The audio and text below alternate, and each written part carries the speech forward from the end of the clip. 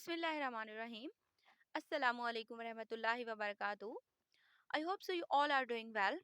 जैसे कि हम अपनी बायोलॉजी की सीरीज को लेके चल रहे हैं और आज का हमारा टॉपिक है प्रोकैरियोट्स। प्रोकैरियोट्स क्या होते हैं और बैक्टीरिया क्या होते हैं और प्रोकैरियोट्स कहाँ से आए, कहाँ से ओरिजिनेट हुए, इसका concept for the very first time किसने दिया था और इसको डिस्क्राइब किसने किया था और इसमें बैक्टीरिया क्या है और बैक्टीरिया को ही हम क्यों प्रोकैरियोट्स में डिस्कस कर रहे हैं, हम ये भी इसमें पढ़ेंगे। तो चलिए आज का लेक्चर हम स्टार्ट करते हैं। फर्स्ट ऑफ ऑल हमारे पास है इंट्रोडक्शन। इंट्रोडक्शन में हम देखेंगे कि किंगडम प्रोकैरियोट जो है किस पे कंसिस्ट करता है, ऐसे लिविंग सेल्स पे या फिर ऐसे लिविंग ऑर्गेनिजम्स पे जिनके पास प्रोकैरियोटिक सेल्स होंगे। तो ये लिविंग ऑर्गेनिजम्स जो हैं वो कौन से होंगे, prokaryotic cell containing living organisms.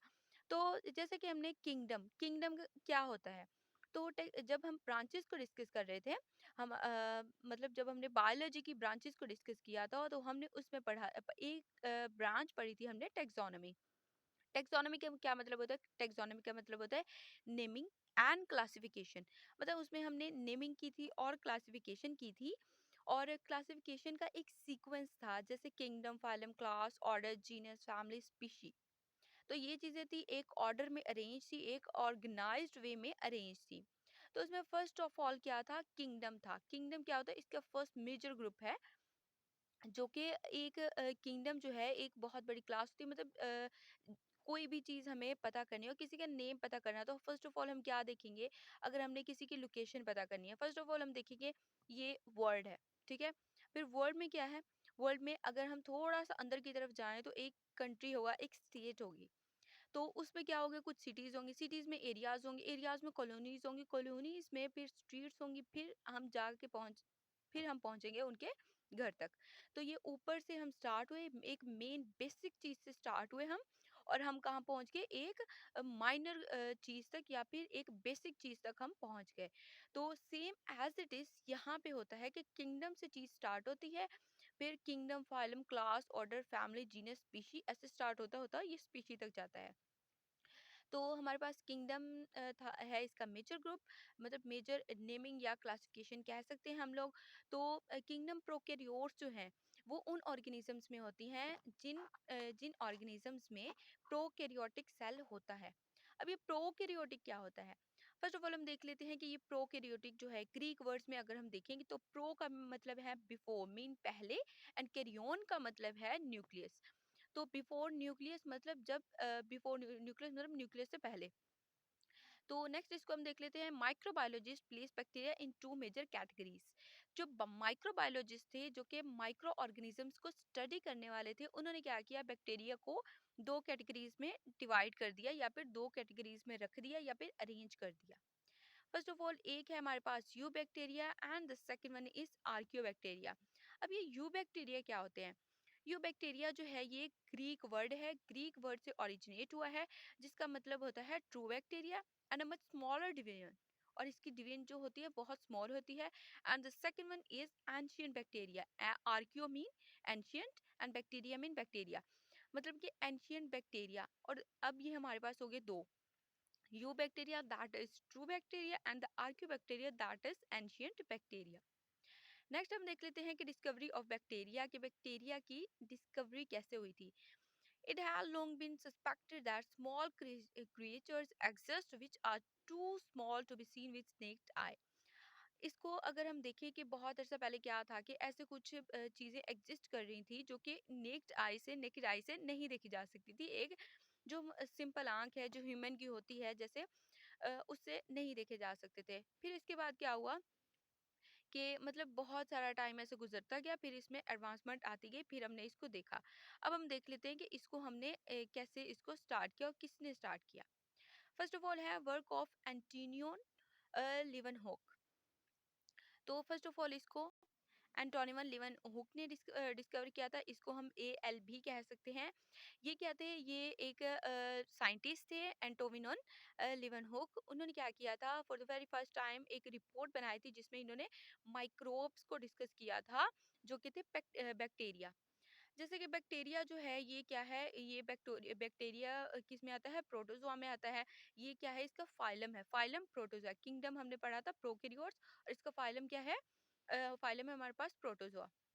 He used a simple microscope to describe the bacteria and protozoa with accurate drawing and descriptions and call these small creatures as animalcules. इसने क्या किया, इसने सिंपली एक माइक्रोस्कोप लिया और वहां पे देखा कि हमारे पास एक चीज है, एक स्ट्रक्चर है, वो किस चीज का है. उसने फिर कहा कि ये जो है ये एक बैक्टीरिया है जो कि प्रोटोजोआ से बिलोंग करता है, और उसकी उसने एक प्रॉपर ड्राइंग बनाई और उसकी डिस्क्रिप्शन हमें बताई कि ये चीजें हैं इसमें, ये इसमें एक एनिमेक्यूल है. तो उसने इसको नाम दिया था एनिमेक्यूल का. He firstly observed small creatures in rain water, then confirmed these in saliva, vinegar, influence and other substances. इसने फर्स्ट ऑफ ऑल ऑब्जर्व किया था इसको रेन वाटर में, फिर इसने इसको कंफर्म किया था स्लाइवा में, फिर विनेगर में, फिर इन्फ्यूजन में, और फिर दूसरे सब्सटेंसेस में इसने आहिस्ता आहिस्ता इसको ऑब्जर्व किया था. तो ये था work of Antonie van Leeuwenhoek का. नेक्स्ट हमारे पास लुई पास्चर का वर्क क्या था. The existence of microbes was further confirm by Louis Pasteur work. Next इसमें एडेप्टेशन जैसे जैसे सॉरी एडवांसमेंट जैसे जैसे आती गई, तो लुई पास्टर ने क्या किया, इसको इसको कंफर्म किया कि असल में बैक्टीरिया क्या है. His main achievements are the development of vaccines for disease anthrax, fowl cholera, and rabies, pasteurization process, and development of fermentation industries. इसने क्या किया, इसकी मेन जो अचीवमेंट थी, इसने एक वैक्सीन बनाई. किसके लिए? एंथ्रेक्स की डिजीज के लिए, फाउल कोलेरा के लिए, रेबीज के लिए, और पेस्चराइजेशन का प्रोसेस किया, और फर्मेंटेशन के लिए क्या किया, डेवलपमेंट की, फर्मेंटेशन इंडस्ट्रीज की, ताकि वो वहाँ पे फर्मेंटेशन का प्रोसेस कर सके. और अपनी और इसके अलावा इसने क्या किया, वैक्सीनेशन के लिए वैक्सीन्स बनाई इसने, इन इन सब चीज़ों के लिए, एंथ्रेक्स, फाउल कोलेरा और रेबीज के लिए. फिर इसने क्या किया, पेस्चराइजेशन का प्रोसेस यूज किया इसको कंफर्म करने के लिए. He prove that microorganisms could cause disease. तो जो एंटोनिमिन लिवन हुक था, उसने सिर्फ इसको इंट्रोड्यूस करवाया, उसकी डिस्क्रिप्शन दी और उसकी एक ड्राइंग बना के हमें एक्सप्लेन किया. लेकिन जो लुई पास्चर है उसने कहा कि ये जो माइक्रो ऑर्गेनिजम्स होते हैं ना, ये डिजीज भी कॉज कर सकते हैं. तो ये था हमारे पास लुई पास्चर का वर्क. देन हमारे पास रॉबर्ट कोच. रॉबर्ट कोच ने क्या किया था, Robert Koch formulated the germ theory of disease. इसने जर्म थ्योरी ऑफ डिसीज दी थी. He isolated typical rod shaped bacteria with squarish ends, that is bacilli, from the blood of sheep that had died of anthrax. इसने क्या किया, इसने एक rod shape bacteria isolate किया, जो कि इसने आइसोलेट किया किससे, स्क्वायरिश एंड से, जो कि बैसिला था. मतलब एक शीप थी, उसकी वो एंथ्रेक्स से ना उसकी डेथ हो गई. तो इसने क्या किया, उसके सेल्स को लिया, उसके जो रॉड शेप बैक्टीरिया थे उनको लिया, और उनको स्क्वायरिश एंड से या फिर स्क्वायरिश के स्क्वायर में जो था उससे उसको सेपरेट किया, और फिर इसको क्या किया, इसको एक्सप्लेन किया या फिर उसको स्टडी करके हमारे सामने एक description the. Then he discovered bacteria that cause tuberculosis and cholera.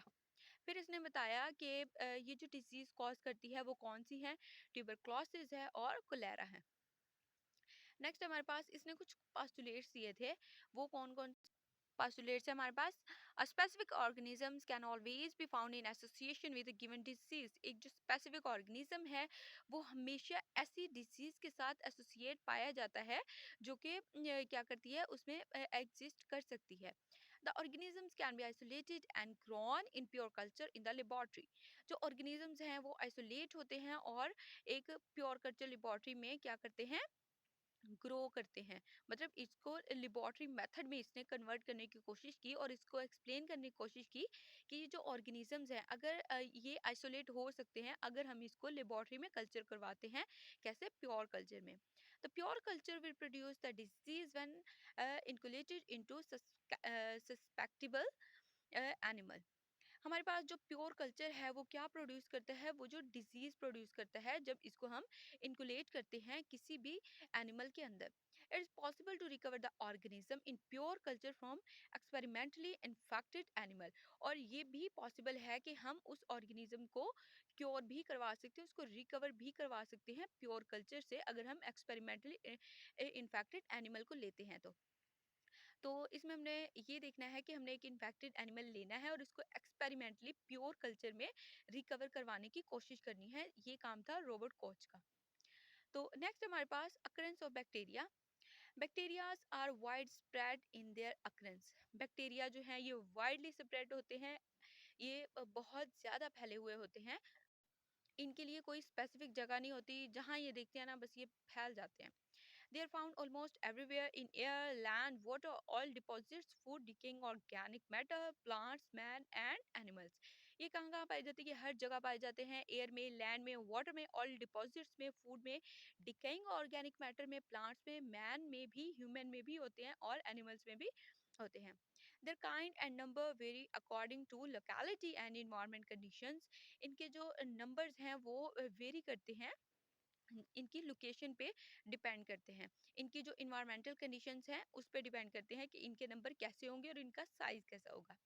Some bacteria are always present and contribute towards the natural world.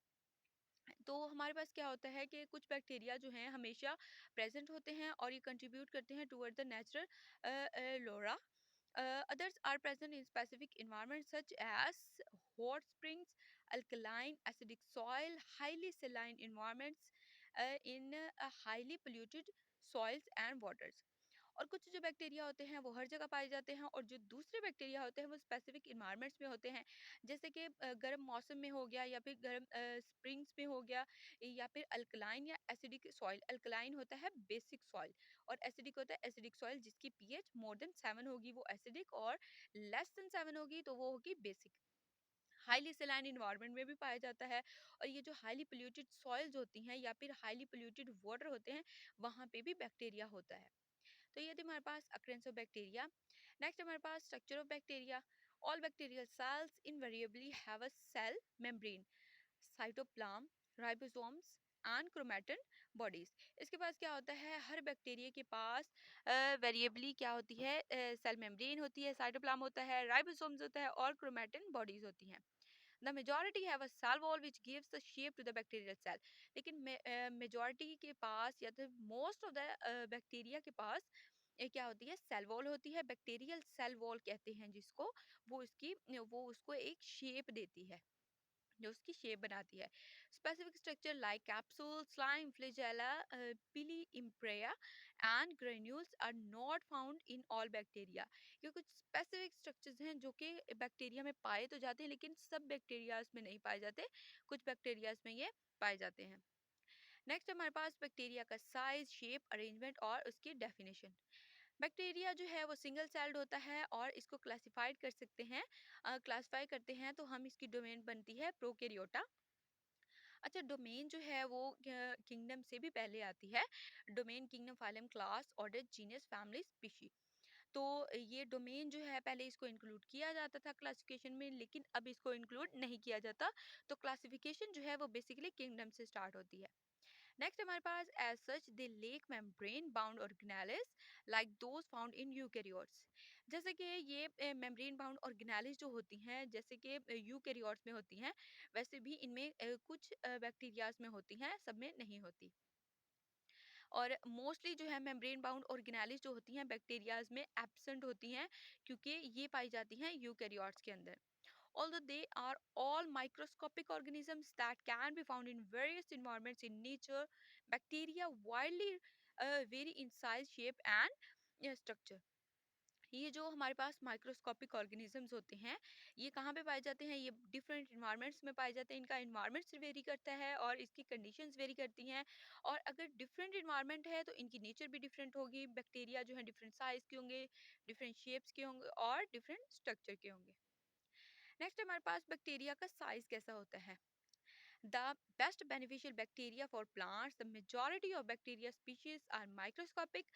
However, studies have identified large bacteria that can be seen with the naked eye. हमारे पास क्या होता है कि ये जो best beneficial bacteria होता है plants के लिए होता है, और मेजॉरिटी जो होती है बैक्टीरिया की वो माइक्रोस्कोपिक होती है, और इसकी स्टडी को अगर अगर हम इसको स्टडी करते हैं तो हमें ये पता चलता है कि हमारे पास लार्ज बैक्टीरिया भी होते हैं जो कि नेकेड आई से हम देख सकते हैं। अब देखते हैं बैक्टीरिया का सेल कैसा होता है। इन जनरल अगर हम जनरली देखें, bacteria are between 0.2 and 2.0 micrometre, the average size of most bacteria. ज्यादातर जो बैक्टीरिया होते हैं, मेजॉरिटी जो होती है, उनका साइज कितना होता है, 0.2 टू 2 माइक्रोमीटर होता है। और नेक्स्ट है, research studies have shown their size to play an important role in the survival over time. इनका जो साइज है वो इनके सर्वाइवल पे भी डिपेंड करता है, कि जैसे जैसे वेरिएशंस आती हैं तो इनका साइज जो है वो इनको सर्वाइव करने में हेल्प करता है।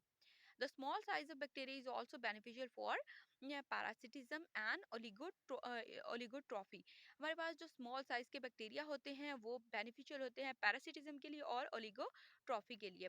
Bacteria can continue relying on a range of host for their nutrition. और ये अपने होस्ट पे डिपेंडेंट होते हैं। मोस्टली ये जो है होस्ट पे अगर डिपेंड करते हैं तो उसको हार्म भी करते हैं। In addition, they can also live and survive in the environments that contain a low concentration of nutrients. For instance, a group of bacteria known as oligotrophic bacteria.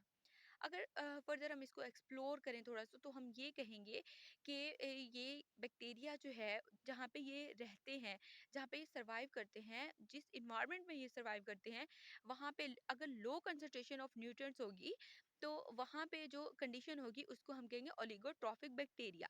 क्योंकि वहाँ पे जो ग्रुप ऑफ बैक्टीरिया होगा वो क्या होगा, वो low concentration of nutrients के लिए होगा।